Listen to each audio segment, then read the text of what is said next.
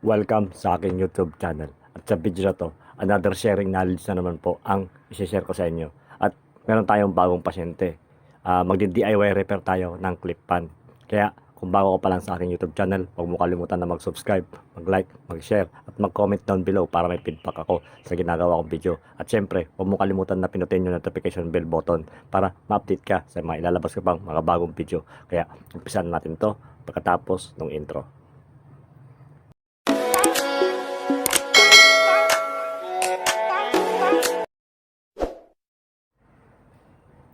Bale, ito yung i-DIY repair nating clip pan. Ang sabi ng may-ari is maingay daw tong clip pan niya. Kaya binigyan niya sa atin tapos ipapaayos niya. Tapos itetest natin kung bakit siya maingay. Tapos tinanggal ko muna yung LEC para hindi tayo makaabala. Ito yung LEC niya. Tinanggal ko lang. Kaya itetest ko, isasaksak ko dito sa aking extension cord na mayroong indicator light para matest natin kung talagang maingay tong clip pa na to at makita natin kung ano yung magiging problema nito. Kaya testing muna natin. Yan, nakasaksak na.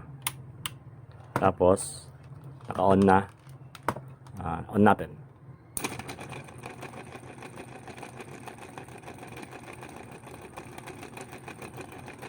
Kung mapapansin nyo, yung pinaka-head nito is gumagalaw-galaw. Siguro ang may problema to sa loob kaya ito gumagalaw-galaw. Sa pagbe-visual check ko, gumagalaw-galaw siya. Ano? Parang akala mo matatanggal. Matatanggal yung pinaka-head. Kasi pag walang problema yan, may isa kong clip pan dito eh.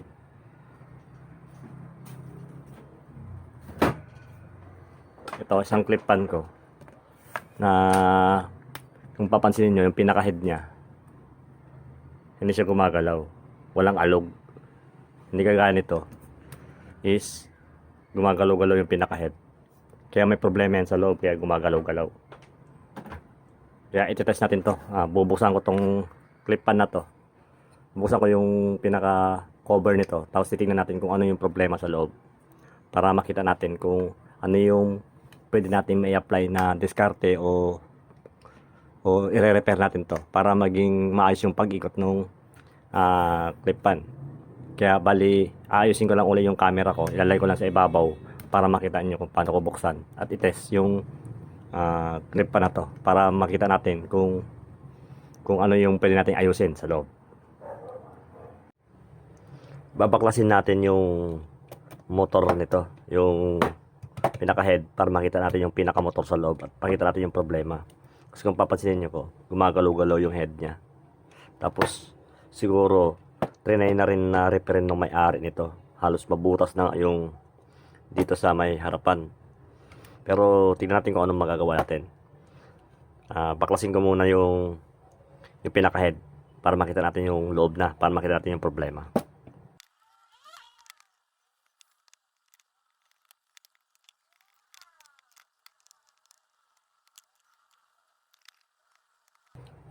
Bali, napaklas na natin yung yung pinaka cover ng makina. Tapos meron pong clip yan dito sa loob eh. May clip. Tatanggalin natin para matanggal din natin itong pinaka motor. Pero ang napansin ko dito, isa sa mga napansin ko, naaangat tong pinaka magnet nya. Tapos pagka umiikot, sumasama na yung magnet. Dapat hindi sumasama yan eh. Dapat steady lang yan. Steady lang sa pag-ikot. Pero ito, napansin ko na umaangat na rin yung pinakamagnet nya. Kaya baka ito yung isa sa mga problema. Pero titingnan natin din sa loob muna. Do-double check natin lahat para makita natin yung pinaka problema nito. Tanggalin ko muna yung clip doon sa loob. May clip yan eh para matanggal tong pinaka makina. Tanggal natin yung clip.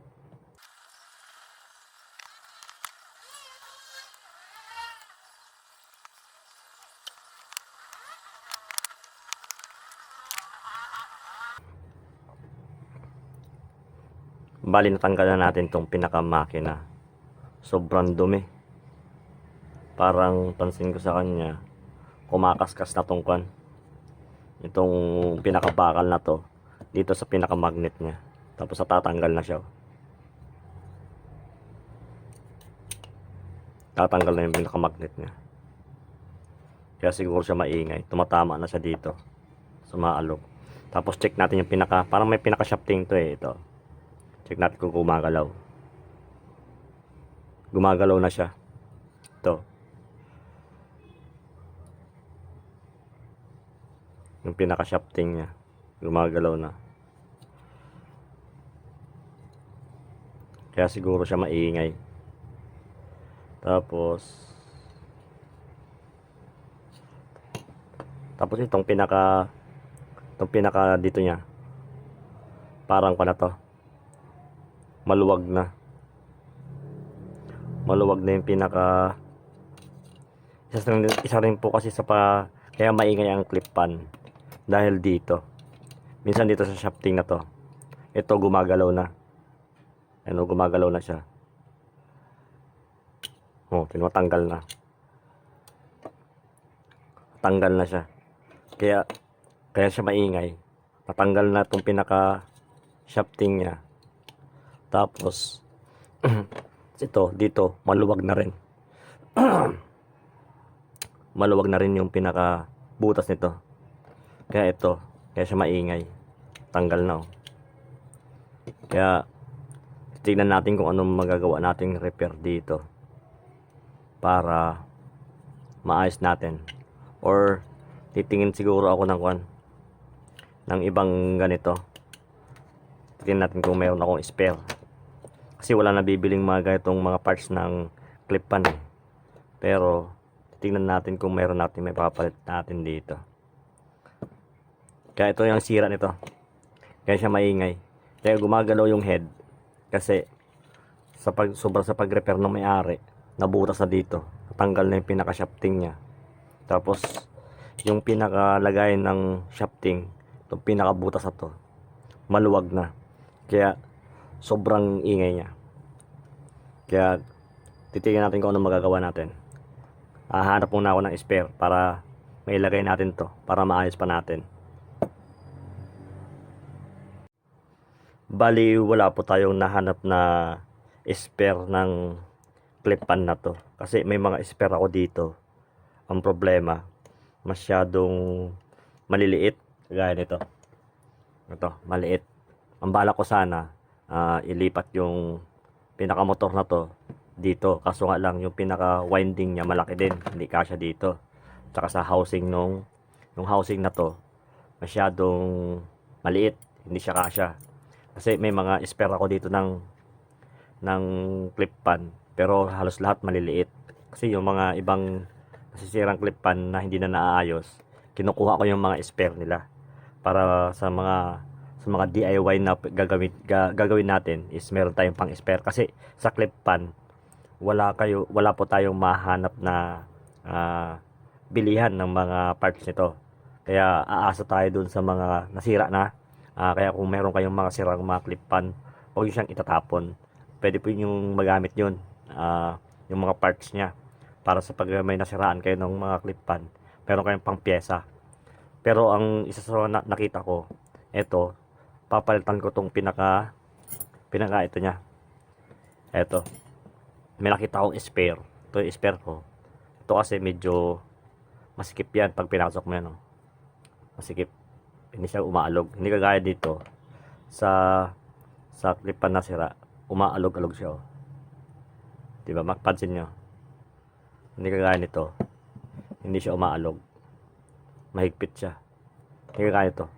Kaya minsan, yung mga clip pan, kaya siya maingay dahil dito. Minsan ito, pag maluwag na yung butas nito, yung pinakabutas na to, maluwag na yan, gagalaw-galaw na yan. Gagalaw-galaw na po yung pinaka shafting niya dito sa pinakabutas. Kaya minsan ang tendency nun, kapag maalog na to, sasayad na itong pinakabakal na to dito sa magnet niya. Kaya minsan ang nangyayari, maingay na, hindi na umiikot yung clip pan dahil minsan dito yan. Kaya kung meron kayong ganun maingay may electric pan, tingnan nyo yung ito nya, kung malaki na yung butas. Pag malaki na yung butas nyan, sasayad na yan, maingay na yan, gagalaw-galaw na. Kaya itong clipan na DIY repair natin, ang gagawin ko siguro, susubukan ko itong idikit ng mga pandikit ko dito para gumana pa. Meron ako mga pandikit dito hinahanap ko lang. Kaya yun muna ang gagawin kong diskarte para magamit pa tong clipan na to. Kaya didikit ko lang muna to, tapos siguro mamaya papalitan natin din to. Susubukan natin yung diskarte na alam natin para maayos pa itong clip pan na to.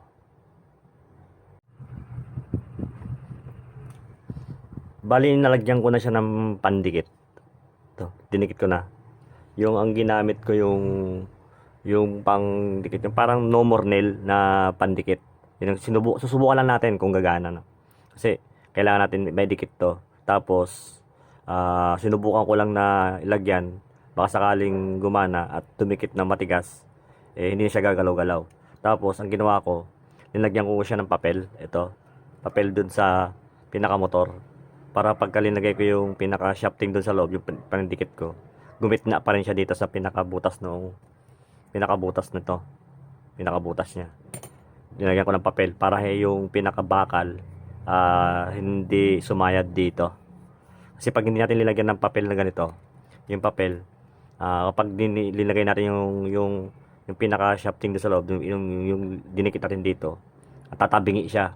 Kaya ang naging diskarte ko, ang ginawa ko, gumupit ako ng papel, tapos nilagay ko sa gilid, tapos linagay ko tong pinaka motor niya, bago ko dinikit to. Kaya ang gagawin natin, hihintayin lang natin tumigas to. Pag tumigas na siya, tignan natin kung gumana yung discarding in-apply natin dito sa clipan na to para magamit pa. Tapos papalitan natin to. Papalitan ko itong pinaka ito niya para yung pinakabutas nito mahigpit to. Ito maluwag, medyo maluwag ng konti ito medyo mahigpit pa. Yung discarding gagawin natin. Kaya ang gagawin ko, hintayin lang natin, patitigasin ko lang to. Tapos kapag matigas na, papalitan natin yung ito, i-assemble natin, titignan natin kung gumana yung discarding ginawa natin.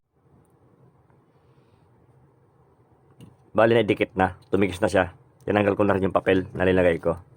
Yung papel nilagay ko dyan nakalagay dyan. Tapos tinanggal ko na. Ang gagawin ko lang dito, medyo makinis na kasi itong magnet. Gagawin ko, lilihain ko lang to. Tapos lilihain ko to. Tapos didikitan natin ng rugby para wag siyang gumalaw. Tapos papalitan ko na itong pinakagitna niya. Ito ipapalit natin para wag siyang gumalaw kasi ito maluwag na ito mahigpit, ito masikip pa. Kaya yun ang gagawin natin, palilihain ko lang muna saglit. Tapos pagkatapos nun, babaklasin ko na to, tatanggalin ko na itong pinaka gitna para mapalitan natin. Lihain ko muna, tapos lilihain ito para yung kumapit yung pandikit, yung rugby. Lihain mo lang yan.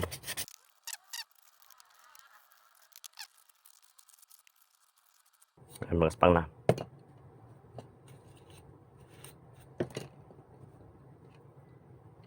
Tapos lagyan natin ng rugby.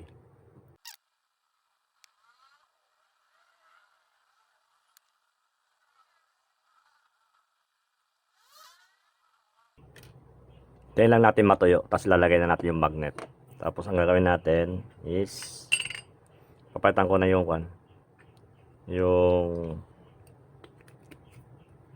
ito, baklasin natin. Sa pagbaklas nito, bali ito may dalawang wire dito, tatanggalin natin to.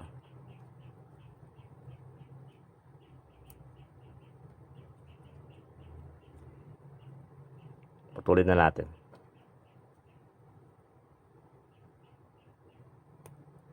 Putulin muna natin.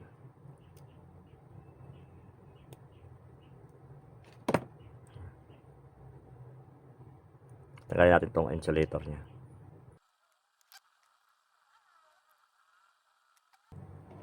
Tapos babaklasin ko na rin to kasi lilinisan ko na rin. Tapos pagka tatanggalin nyo, tandaan nyo lang kung saan nakalagay. Kundi maglagay kayo ng markahan nyo para alam natin kung saan natin ibabalik. Dito, ayan, may marking siya. Tapos tanggalin natin. Samantalahin natin yung pagkakataon na linisan na rin. Para maging maganda yung ikot niya mamaya.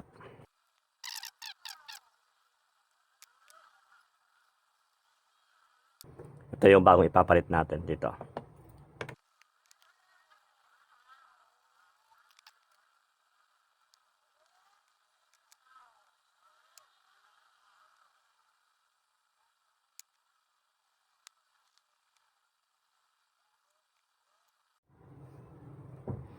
Bali, naidikit ko na tong magnet. Naibalik ko na rin sa dati. Para maging, ano siya, hindi na siya gumagalaw-galaw. Tapos napalitan ko na rin tong gitna. Bali, ihinang ko na lang tong putol na to. Tapos a-assemble na natin siya. Bali, titingnan natin, ititesting ko.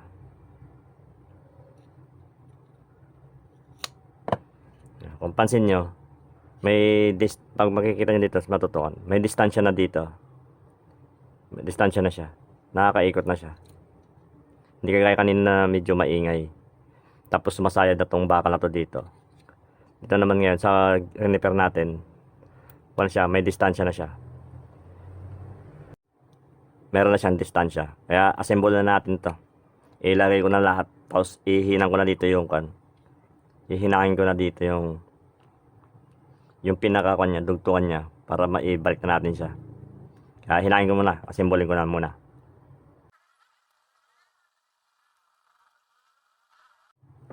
Bali na assemble ko na yung makina niya. Na hihinang ko na rin yung connections nito, tapos ilalagay na natin to. Tingnan natin kung gumana na yung ginawa natin. Pero bago natin yan, lagyan mo natin ng langis.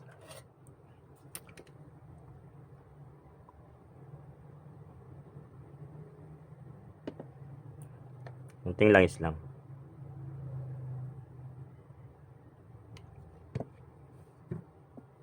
Tapos lagay natin. Tapos assemble natin. Lagay natin yung clip, yung naka-clip niya. Clip.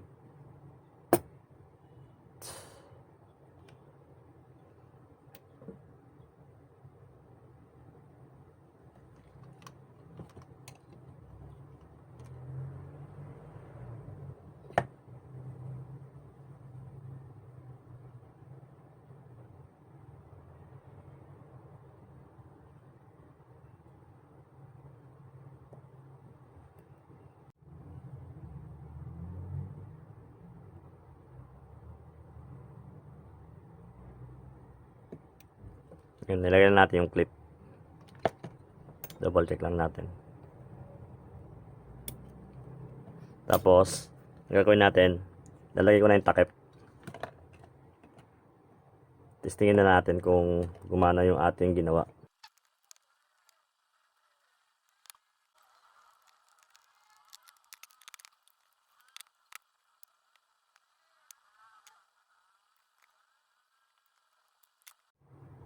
Bali na assemble ko na yung clip pan. Testing naman natin kung maingay pa siya. Bali sasaksak ko lang siya. Tapos on natin. Yan o.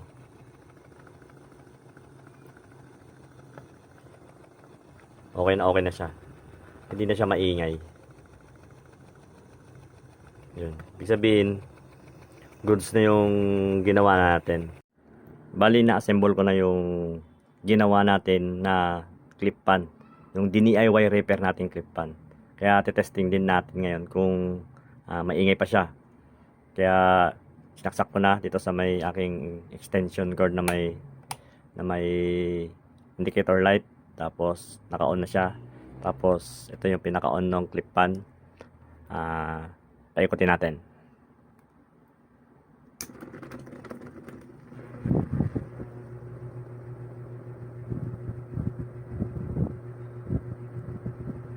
Yan yung ating DIY repair na clip pan. Kaya gumana yung mga diskarte, konting diskarte na ginawa natin sa pag-DIY repair ng clip pan. Kaya hanggang dito na lang ang aking video. Sana'y may natutunan kayo at sana'y nagustuhan nyo yung ganitong klase ng video. Kaya kung nagustuhan mo, huwag mo kalimutan na mag-subscribe sa aking YouTube channel at pakipindot mo na rin yung notification bell button para ma-update ka sa mga ilalabas ko pang mga bagong video. Kaya hanggang sa muli, this is Croy Narang Officials. See you sa next video.